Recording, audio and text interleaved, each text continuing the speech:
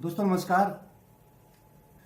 मैंने अपनी पिछली वीडियो में बताया था प्रथम विश्व युद्ध से अब तक असम राइफल ने देश से ही नहीं बल्कि विदेशों से भी अनेक पुरस्कार प्राप्त कर अपनी छवि बनाई।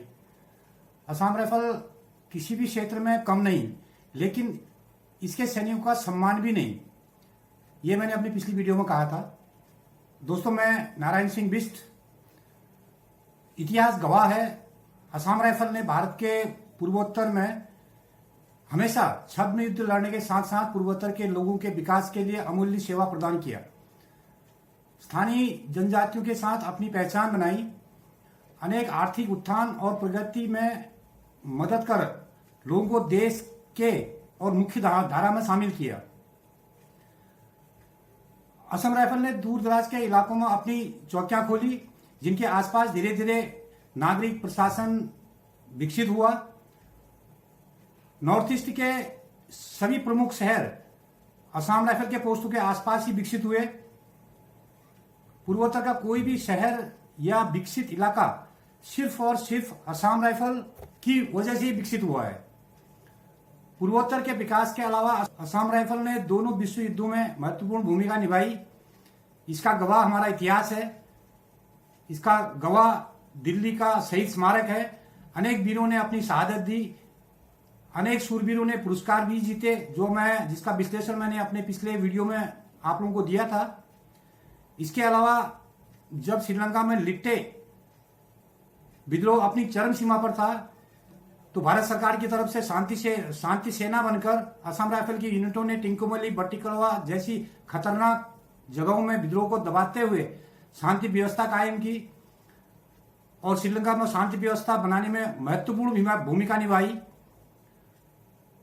1990 के दशक में असम राइफल ने जम्मू और कश्मीर में विद्रोह को कुचलते हुए कीर्तिमान स्थापित किए, जिसमें प्रमुख है ऑपरेशन दूधी। ऑपरेशन दूधी कुपवाड़ा के समीप एक दूधी चौकी थी, जहां पर असम राइफल की एक टुकड़ी ने एक कीर्तिमान रचा। शायद ही आज विश्व के किसी भी सेना के पास ऐसा कीर्तिमान होगा जो असम राइफल के पास है। आजादी से पहले और आजादी के बाद असम राइफल ने हर चुनौती का डटकर मुकाबला किया है और खुद को एक सच्चे सैन्य बल के रूप में विकसित किया।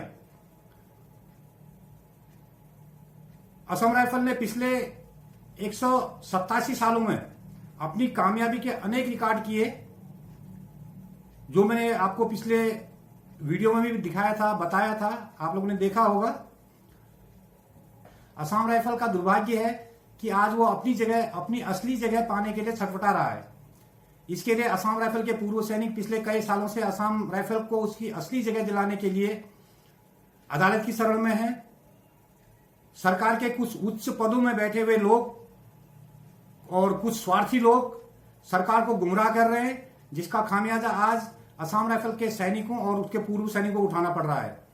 पिछले 1.5 दशक से ज्यादा समय में सरकारें आई और गई, अधिकारी आए और गए, लेकिन असम राइफल अपने दोहरे नाम और अपने दोहरे काम के लिए दो चक्कियों में पिसती रही।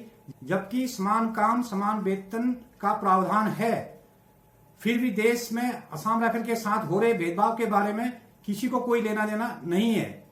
आज के लिए मैं इतना ही कहना चाहूंगा और बाकी मैं अपने अगले एपिसोड में बताऊंगा। असम राइफल ने 1880 से 1912 तक 1880 से 1912 तक कितने अभियान चलाए नॉर्थ ईस्ट को काबू करने के लिए और वहां की जनजातियों का सहयोग करने के लिए, वहां की जो परेशानियां थी उनका समाधान करने के लिए। और उसके बाद बताऊंगा 1914 से 1918 प्रथम विश्व युद्ध में असम राइफल की क्या भूमिका रही है। वीडियो मैं यहाँ पर समाप्त करूंगा। जय हिंद, जय अरेवा, धन्यवाद।